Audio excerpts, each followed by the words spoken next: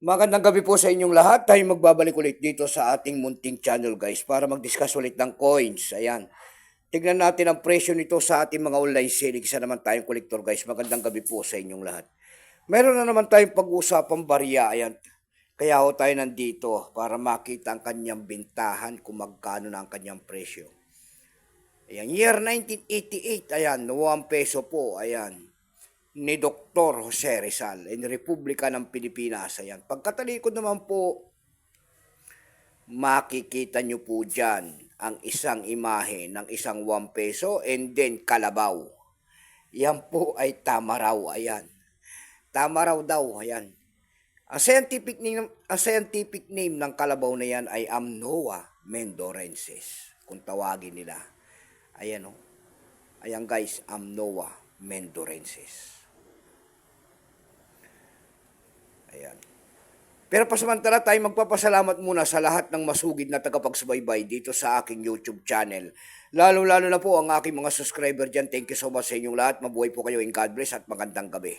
Maraming salamat din po sa mga manonood ko dyan sa aking FB page. Lalo-lalo na ang mga nakapalo dyan. Thank you so much sa inyong lahat. Mabuhay po kayo in God bless at magandang gabi po.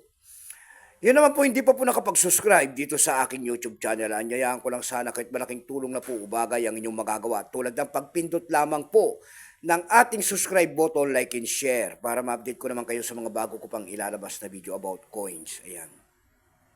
At hilig talaga natin mangulikta ng barya. Ayan.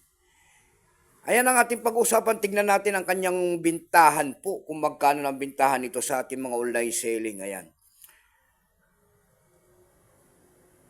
Ayan, tignan natin.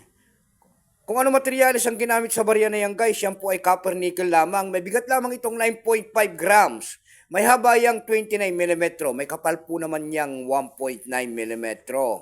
Itinigil naman ang paggamit sa barya na yan ng Pilipinas on January 2, 1998 number N-24483 reference number KM-243-1. Ito pong year 1988 na ito guys, ito po ay 26% lamang. Wala pa pong may pakita ang ating Bangko Sentral kung ilang piraso po ang ginawa sa barya na yan. Ayan. Pero may price appraisal na rin po yan doon sa ating numista kung tawagin ng ating mga kolektor. May presyo na po. Yung kanyang verifying kung tawagin nila ay binigyan nila ng presyo po na 31 pesos. Yung kanyang extra pay naman po ay 48. Yung kanyang almost circulated ay 62. Ang circulated niyan ay nagkakahalaga po ng 120 pesos. Excuse me po. Dako naman tayo sa kanyang price guys. Doon sa ating eb.com guys, ayan, nakalagay po, rare coins daw ang year 1988, ayan. Ito po ay nagkakalaga ng $24, rare coins daw ah.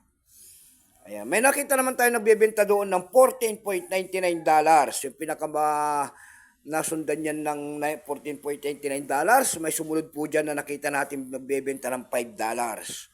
Yung pinakamababa po na bintahan na nagtingin-tingin tayo doon, nakakita ko tayo doon ng $3.95. Dako naman tayo sa Carousel PH kung tawagin nila. Ayan. Sa Carousel PH naman po, 3 piraso po. Ayan, year 1988, binibenta niya po ng 500 pesos. 3 piraso. Meron naman tayo nakita doon, nagbibenta ng year 1988 na yan ng 100 pesos. Meron naman 3 piraso po, year 1988, 83 at saka 85. Ayan, binibenta niya ng 200 pesos. Ayan. Ayan lamang po ang ating may babahaging kanyang presyo po sa ngayon. Ayan. Malaki-laki na rin ang kanyang presyo. Ayan. So hanggang dito na lamang po. Keep safe po sa inyong lahat and God bless.